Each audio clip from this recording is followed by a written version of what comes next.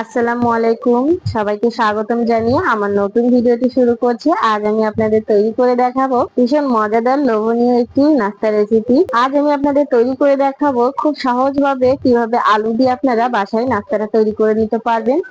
এখন আমি যেটা তৈরি করবো এটা কিন্তু খুব ভাইরাল একটি রেসিপি। এটা হচ্ছে ক্রিস্পি পটেটো স্টিক। এই ক্রিস্পি পটেটো স্টিকটা বানানো খুবই সহজ আর খেতে কিন্তু আলহামদুলিল্লাহ খুবই মজাদার। এটা দেখতে যতটা লোভনীয়, খেতে মাশাআল্লাহ অনেক বেশি মজা।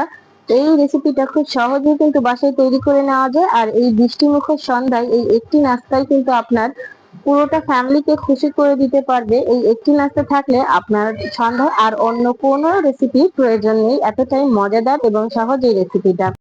তাহলে চলুন এই মজাদার রেসিপিটা কিভাবে তৈরি করতে হয় দেখে নিই। এর জন্য আমি কিছু আলু এখানে নিয়ে নিয়েছি, সেদ্ধ করে নিয়েছি। আমি এখানে দুইটা আলু ম্যাশ করে নিয়েছি। আলুটা এমন ভাবে ম্যাশ করতে হবে যাতে কোনো দানা ভাব না থাকে। এখন আমি এখানে দিয়ে দেবো স্বাদ অনুযায়ী লবণ, আর এখানে দিয়ে দিতে হবে মরিচের গুঁড়া। আপনারা চাইলে কিন্তু এখানে চিলি ফ্লেক্সও দিতে পারেন। আর দিয়ে দেবো ভাজা জিরার গুঁড়া। আমি এখানে হাফ চামচ ভাজা জিরার গুঁড়াটা দিয়েছি। আর যেটা দিতে হবে সেটা হচ্ছে কর্নফ্লাওয়ার।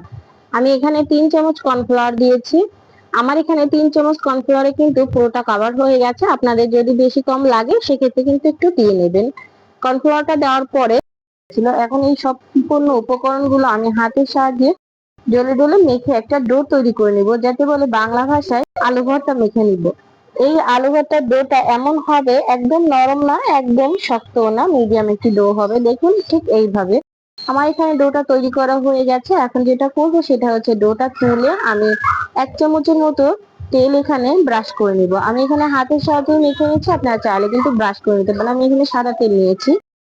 আর এখন এই আলু ভর্তাটা এই তেলের উপরে রেখে আমি একটা স্কোয়ার শেপ করে নেব। এতে করে তেলটা দিলে কি হবে, আমি যখন নাস্তাটা তুলবো তখন কিন্তু খুব সহজেই নাস্তাটা উঠে আসবে।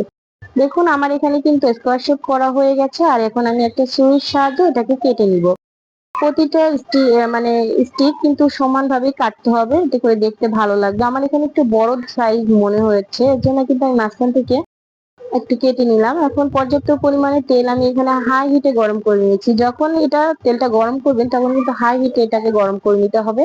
যখন আপনি নাস্তাগুলো এর ভিতরে দিবেন তখন কিন্তু অবশ্যই মিডিয়াম চুলার যে হিটটা ওটা মিডিয়াম করে দিবেন, তাহলে কিন্তু নাস্তাটা উপর থেকে পুড়ে যাবে আর ভেতর থেকে ক্রিস্পি হবে না। দেখুন এইভাবে আপনি মিডিয়াম হিটে অনবরত নেড়ে চেড়ে একটু ভাজবেন। ভাজার পরে কিন্তু যখন এরকম সুন্দর একটা লুক চলে আসবে তখন কিন্তু এটাকে তুলে ফেলতে হবে।